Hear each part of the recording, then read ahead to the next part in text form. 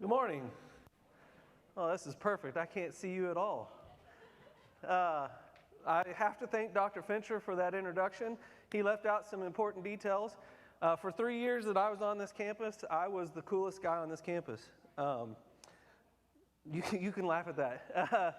I hold some records. I coached the girls team while playing on the boys basketball team, and I coached the golf team while playing on the golf team while I was here. And I don't think they have hired any coaches who play since then. So I'm pretty sure that's a record that I hold. I married the prettiest girl at Central, and if she were here today, I'm looking around the room, and I'm not trying to be offensive to you young ladies, but I still have the prettiest girl at Central. And so I tricked her into marrying me. It was a sham, and it was fine when we were younger.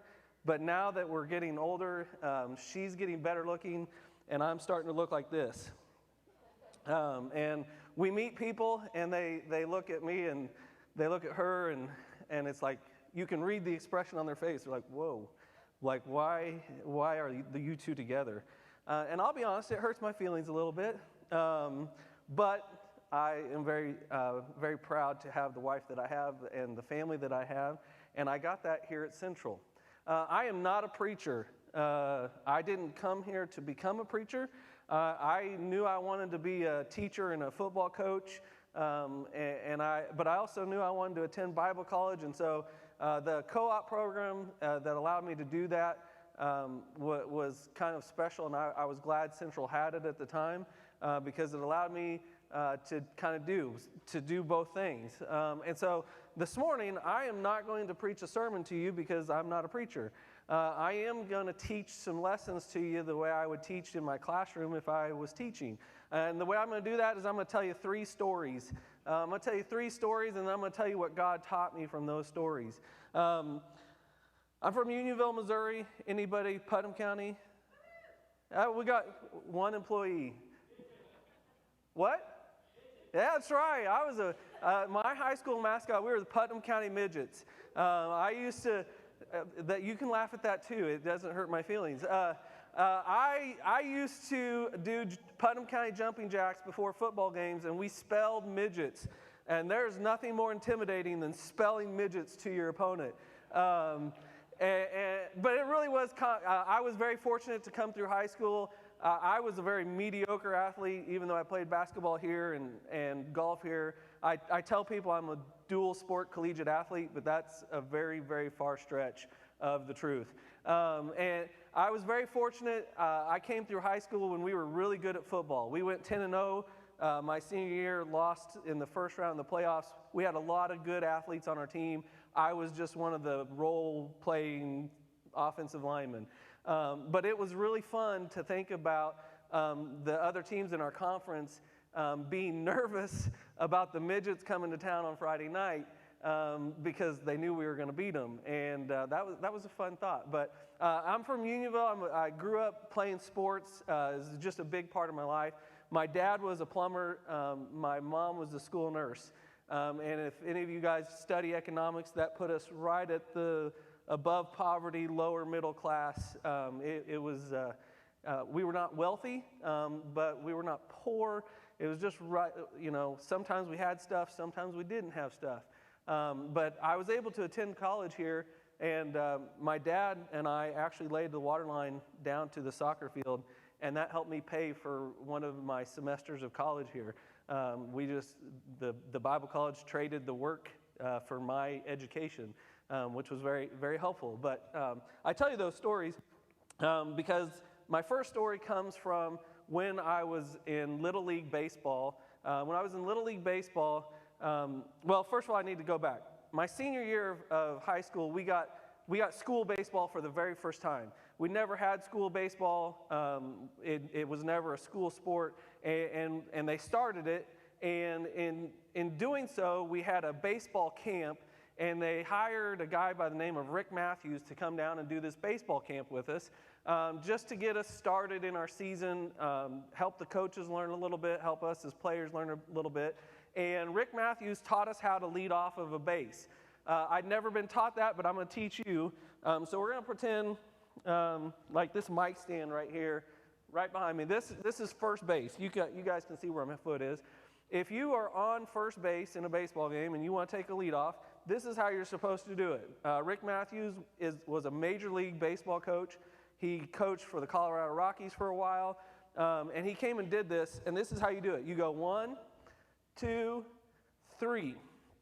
3 shuffle steps, and then you kind of settle in. You keep your eyes on the pitcher. You take 3 shuffle steps because I can get back to first base in 2 steps. It looks like this.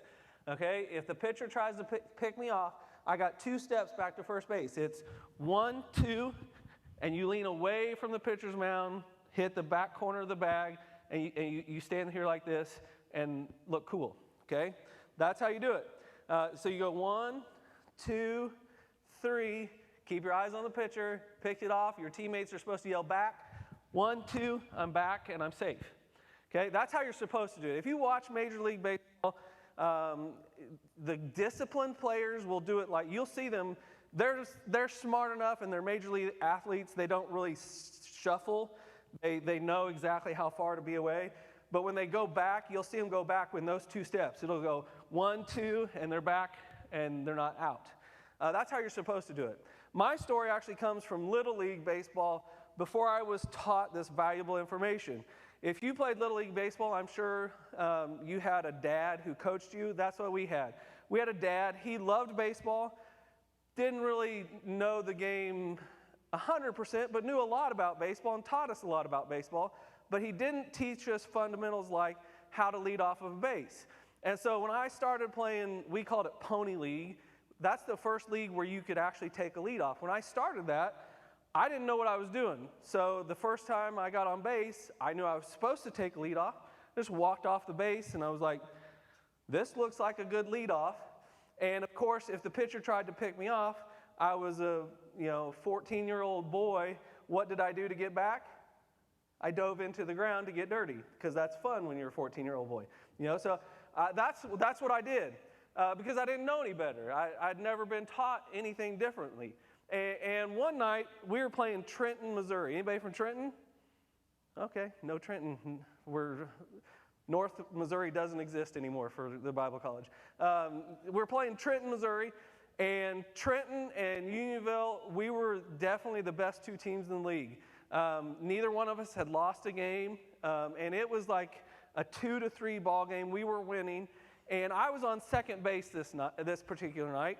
And on second base, you can change your lead off because it's a little bit harder of a pickoff move. But I didn't know what I was doing, so I just walked off the base, and I kind of took a lead off.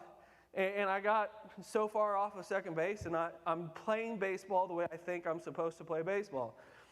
In baseball, your coaches have signs and signals. You guys have seen the coaches over there doing this and like all this stuff. Okay. That is their way of communicating, because you can't just yell across the baseball diamond, hey, Brent, on this next play, I want you to steal. You can't do that. You got to have signs. I still remember all the signs from Pony League Baseball. All right, this was take a pitch across the chest, meant don't swing.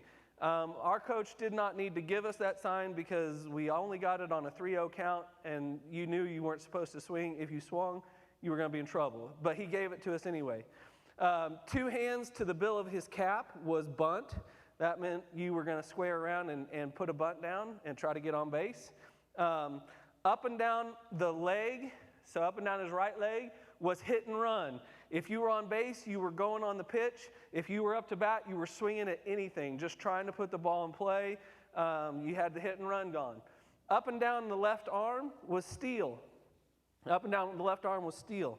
And so I remember all these signs. I'm on second base that night, and I start taking my lead off, and I got to noticing that the pitcher from Trenton is not paying attention to me. He's not checking me out. He's not going, looking that runner. He's just coming set, and he's pitching to the guy up at the bat. And so I was a pretty smart kid. I was like, I'm going to see how big of a leadoff I can take. And so I just start going a little bit farther away from second base, and I start inching a little bit farther away from second base. At one point, I had such a big leadoff that the shortstop was over my left shoulder.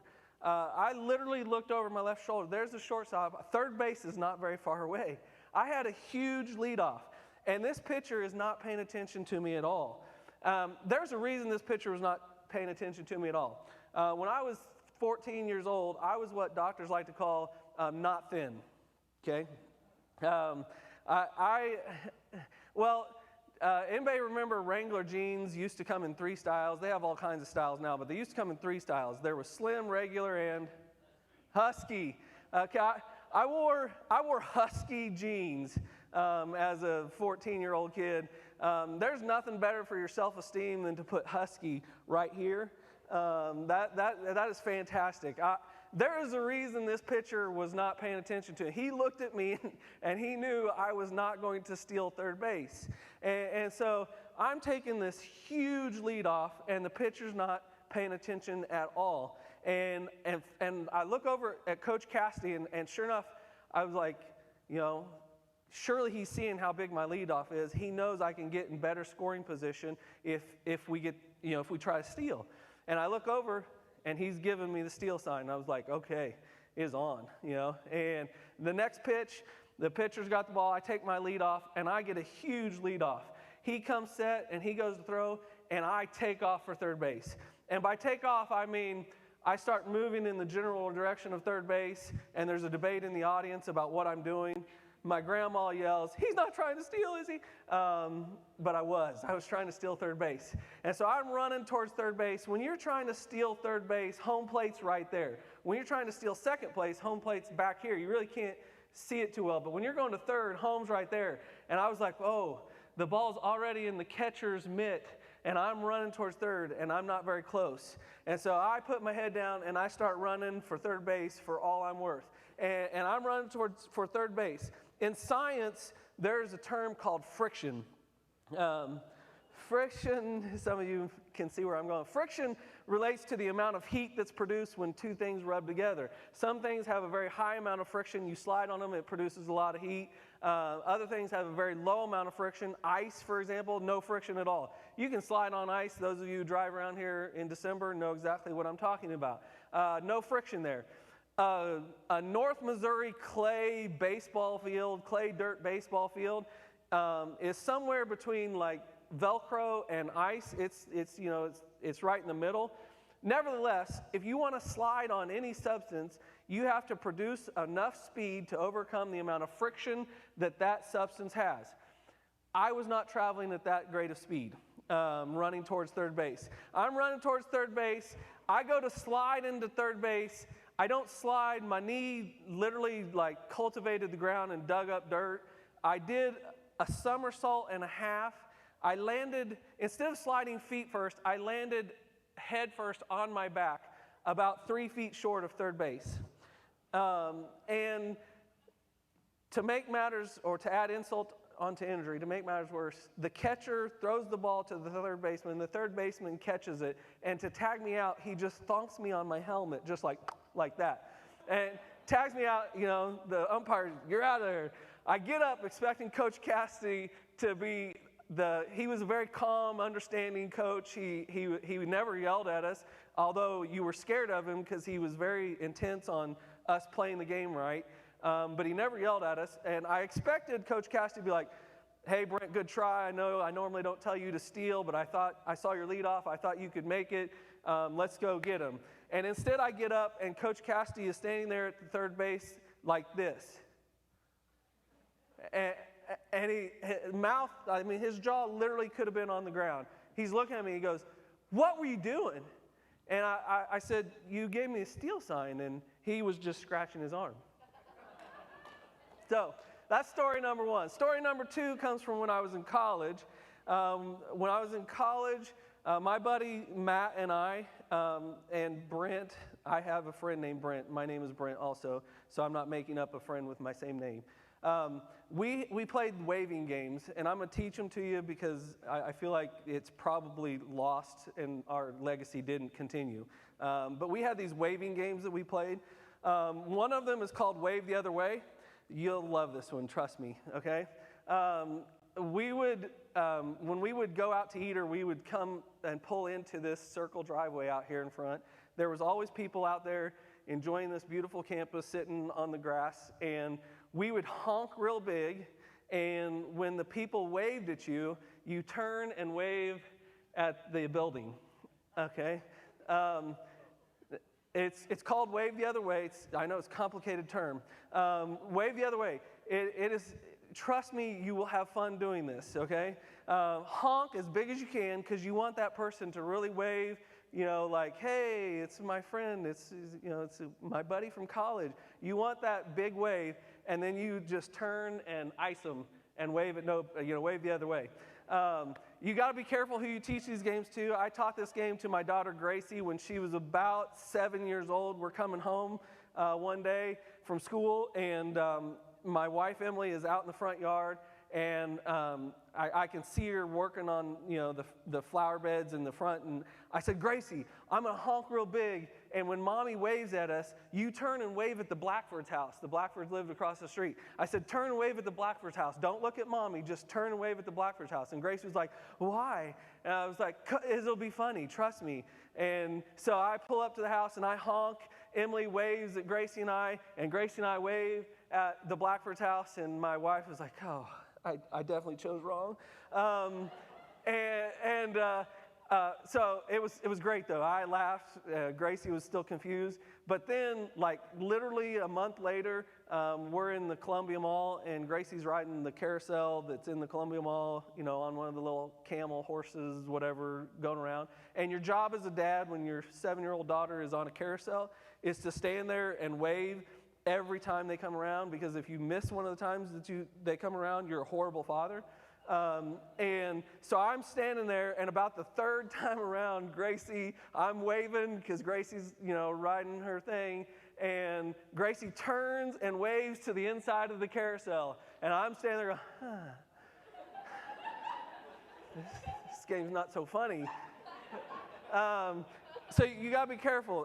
You got to be careful who you teach these waving games to. One of our other waving games was called Wave at Nobody. So we have Wave the Other Way, Wave at Nobody. Matt and I would play Wave at Nobody at like Come See Central or some of the big events where there's a big group in here. We would come down right here, and we would stand right here at the front, and we would wave at nobody. And the way the Wave at Nobody game works is the goal is for you to see how many people you can kind of get to give you that, like, is that guy waving at me? Like, who is he waving at? And they give you that confused, like, okay, I see you, and we would keep score on how many people would wave back at us, and Matt and I just be standing down here, and we'd wave at nobody, and we'd keep score. It was a game. Trust me, you will have fun doing this. Okay. And so one time, Matt and I and a bunch of other college buddies, we had gone to the Columbia Mall to do some shopping and running and whatnot. And we were in line. Back then it was Taco Bell. Now it's Taco John's. We were in line at Taco Bell, and Matt and I were like, let's play Wave at Nobody. And I was like, yeah, let's do that. And so we're standing in the line at Taco Bell waving at nobody in the food court. And in the food court, it's much harder to get people's attention that you're waving at them. Much harder.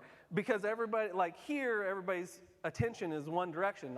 We'd get like 14 people to wave at us at a big event here. We're in the food court, and it's 0 to 0, and we're standing there in line waiting to order, and nobody is waving back. Nobody. I'm getting no eye contact. It was a bad game of wave at nobody. And we're sitting there waving at nobody, and finally, I get this lady to wave back at me. I was like, you won, and the problem was this lady didn't give me the kind of sheepish, like, I think that guy's waving at me. She didn't give me that, like, weird kind of, I don't know if he's waving at me wave. She gave me a very confident, hi, I see you waving, I'm waving back, a very confident wave. And she not only waved back, she started walking towards me. And as she walks toward me, it dawns on me This lady knows who I am. And she walks up and she was like, Brent, how's it going? And I was like, fantastic. It's going well. I had no clue who this lady was. And the problem is, she really thinks I know who she is because I was the one waving at her first.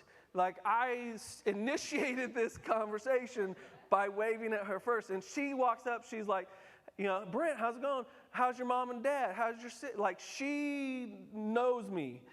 And I'm sitting there going, it's probably polite to ask how her kids are, but I don't know if she has kids. I was completely embarrassed. My buddies loved every second of it. They were laughing. I am praying this lady just leaves. Finally, she's like, well, it was good seeing you. I think she figured out that something was wrong with me. And she's like, it was good seeing you. Tell your mom and dad I said hi, and she left. Never been so glad for a conversation to end in all my life. So that's story number 2. Story number 3 also comes from when I was in Bible college. You guys still do an hour Christian service that you have to log if you're a student here? Is that still a thing? Yeah. Okay. So my hour of Christian service that I did all 3 years that I was in Bible college was I taught junior church at my hometown church. And junior church was 1st through 6th grade, and we did an entire church service. It was me and like 20 to 25 1st through 6th graders. And we had our worship, we had communion, we had offering, we had a lesson. It was me and a bunch of children trying to do church. Now, I can tell you as an educator that it is a really bad idea to group 1st through 6th grade and expect any type of learning to go on. As an educator, if you do a lesson that is engaging for a 6th grader, your 1st graders are going to go, I don't know what he's talking about. And if you do a lesson that's engaging for a 1st grader, your 6th graders will get bored and hit each other with the metal chairs they're sitting in. That happened to me. Okay, it was a bad setup, but I did it for 3 years, just like junior church, man. This is my hour of Christian service. I'm going to write the lessons, and I'm a very bad singer, but I had to lead worship for these poor children who were in my junior church. And one song that we did every Sunday, because it's the only song I can really sing with any true confidence, is 1 Corinthians 10:13. I'm going to teach it to you. So everybody snap your fingers like this. Get a beat going. You get a beat going. Here's how it goes. No temptation has overtaken you, but such is common to man. God is faithful. He will not allow you to be tempted beyond what you are able. But with the temptation, God will provide a way of escape also that you will be able to endure it. 1 Corinthians 10:13. Right? Okay. Normally I get applause. Okay. No, it's too late. Okay, no. So with 1st through 6th graders, we did that every Sunday because I can actually sing that song. I can't sing other songs. And they loved it. You could find any of my 1st through 6th graders from back then, ask them. They might not be able to quote 1 Corinthians 10:13, but they could snap their fingers and sing it to you, I guarantee you, because we did it every Sunday. I will be old and in the nursing home with dementia, not know my grandchildren, but I'll be able to snap my fingers and tell you 1 Corinthians 10:13. That's how ingrained it is because we did it every Sunday. And it's kind of catchy, you know, with little kids, you have to get into, no temptation has, you get into it. Well, one particular Sunday, we're in the middle of 1 Corinthians 10:13, and I'm getting into it, and I'm trying to get these 1st through 6th graders engaged in worship, and we're having fun, and we're quoting scripture through this song, and everything's going fine, and all of a sudden, I got this random pain in the back of my right hand. At the time, I was 23 years old. Now I'm 3 years old. And this morning, I woke up and took 800 milligrams of ibuprofen because random pain is just a part of my life. At 23, this was really, really weird. I had never had just random pain show up in my body for no reason. Like, I'd hurt myself before, but it was because I did something. I was just snapping my fingers, and all of a sudden, it felt like there were knives in the back of my right hand that, just searing, shooting pain.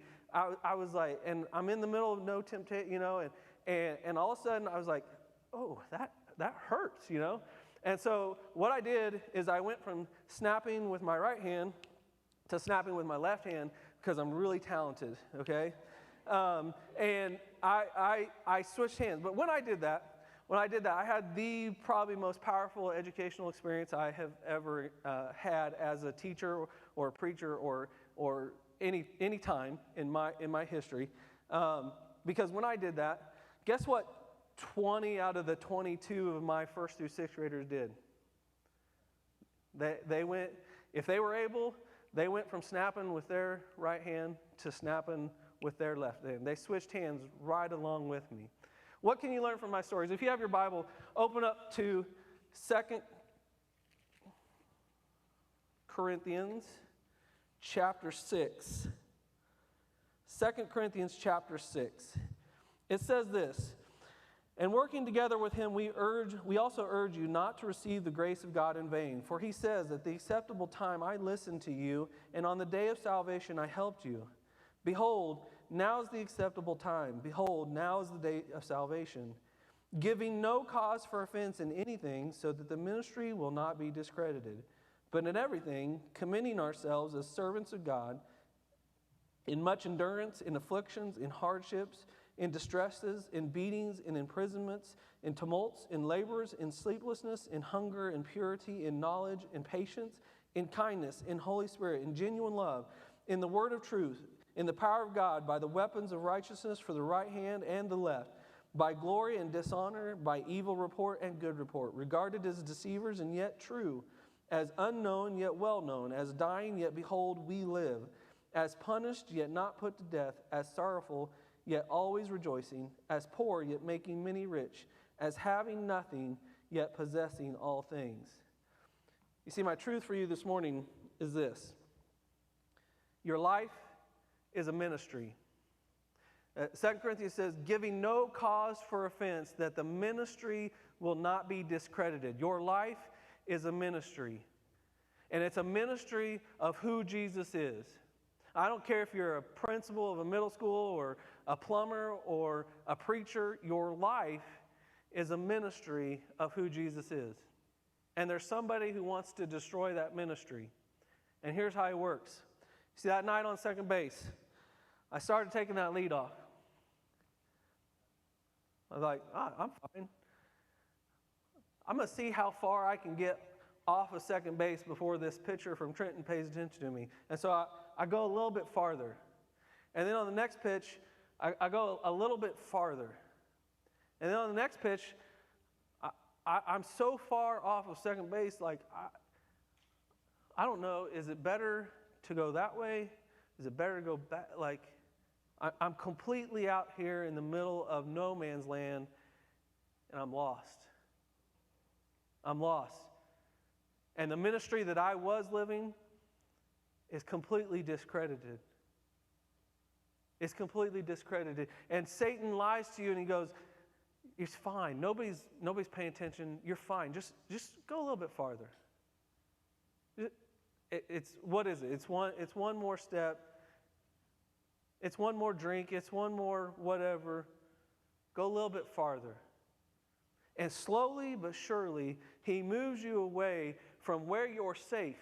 Because see, in all actuality in life, I need to stay on second base. Because when my foot is on second base, they can tag me all day. They can tag me. I'm still safe. I'm not out. And I stay here until Jesus gets up to bat. And when Jesus gets up to bat, he gets the kind of hits that nobody has to worry about. You just get to walk home. But Satan, he likes to lie to you. See, the lie he wanted me to believe that night was, you're fast. You're fast, and your teammates will think you're so cool when you steal third base. I wanted to believe that Coach Cassidy was giving me the steal sign when he was scratching his arm, because I had bought in to the lie that I would be cool, this great athlete who stole third base in a Pony League baseball game. I wanted to believe that lie. And Satan just moves you. He just moves you one little piece at a time. One little piece at a time. He just keeps going, it's okay.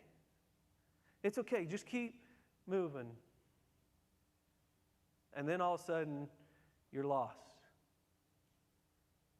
The other lie that Satan likes to use to destroy your life ministry is the lie of anonymity. It's the lie of anonymity.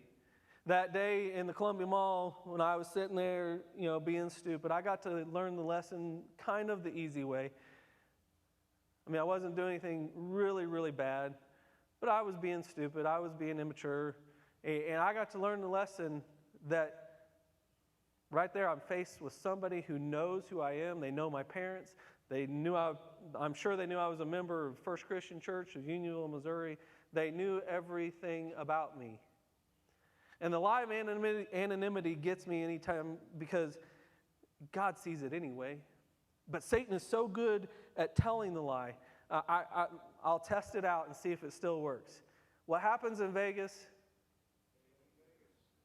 That's a lie. That's a lie from Satan. We are in a building that was constructed for the production of ministers and people who love Jesus Christ, and I can start the lie and you can finish it. That's how good Satan is at telling that lie. It is the lie of anonymity. God sees what you're doing, and He knows what you're doing. And Satan wants to discredit the ministry that is your life. He wants to discredit the ministry that you have been called to by God to live an example of who Jesus is. Mark 9:42 says this. It says, "Whoever causes one of these little ones who believe to stumble, it would be better for him if a heavy millstone were hung around his neck and he'd be cast into the sea." I got to learn that lesson the easy way too, in doing something as simple as this and seeing what impact it has on these young children who are looking at me. That's Jesus talking in Mark 9:42, and He's not mincing words. He's saying, it would be better that we just drowned you than for you to be the reason that one of these little ones stumble and not know who Jesus Christ is. I mean, that's a pretty serious warning. What would have happened to my ministry if those 20 to 22 first through sixth graders saw me drunk on the square, passed out, unable to control myself, and that's the example. Instead of it being something like this, that's what they saw. What would have happened if those 20 to 22 first through sixth graders saw me cussing out an official at a ball game because I lost my temper and completely, destroyed any type of ministry I was living as far as who Jesus is? Jesus said, it'd be better we just drown you than for those things to happen. See, my challenge for you this morning is your life. Your life is a ministry. It's a ministry of who Jesus is. And Satan is working very, very hard to destroy it. You have to recognize the lies. And you have to commit to give no cause for offense in anything, that ministry will not be discredited. Will you pray with me? Dear Heavenly Father, thank you so much for Jesus Christ. Thank you for the grace and mercy that is available in Him, because we will fail and we will discredit the ministry that you have called us to. But Father, help us to have courage. Help us to have discipline. Help us to have love and to live the ministry that you have called us to. Protect the ministry that you have called us to. Shield us from Satan. Protect us. Thank you for loving us. Thank you for Jesus, who makes all things possible. Amen.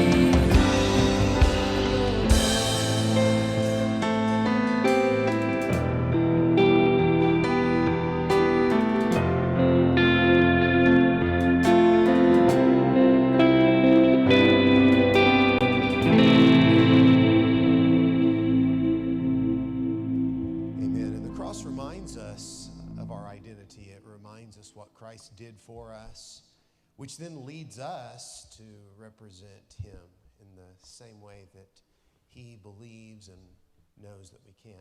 Thank you, Brent, for sharing those stories and sharing those lessons that each of us have been given a ministry, and Satan wants to destroy it. And he will tell any lie possible as the father of lies to challenge what God has given us the opportunity to do. You know, one of the things that happens here in Moberly a lot is you guys get to interact with our community. Students in the schools, people in the churches, even people in stores. I always love getting a great story about that.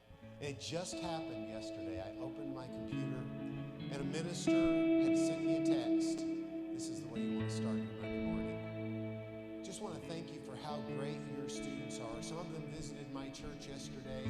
It was so good to see them. You're doing a great job there. We really love what you're doing. I'm like, well, I wish that was what the message always was that I got. It was wonderful. God is using us to make an impression on others, and so many times we get the chance to do that, but we have to be careful because we never know when those lies may be believed by us. Thanks for the reminder, Brent. Thanks for sharing today. We'll have one more sermon in our Time Machine series on Friday.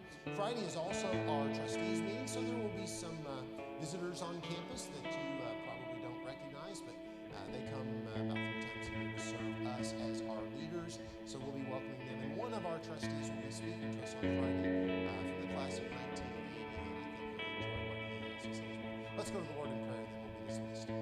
Father, we do thank you today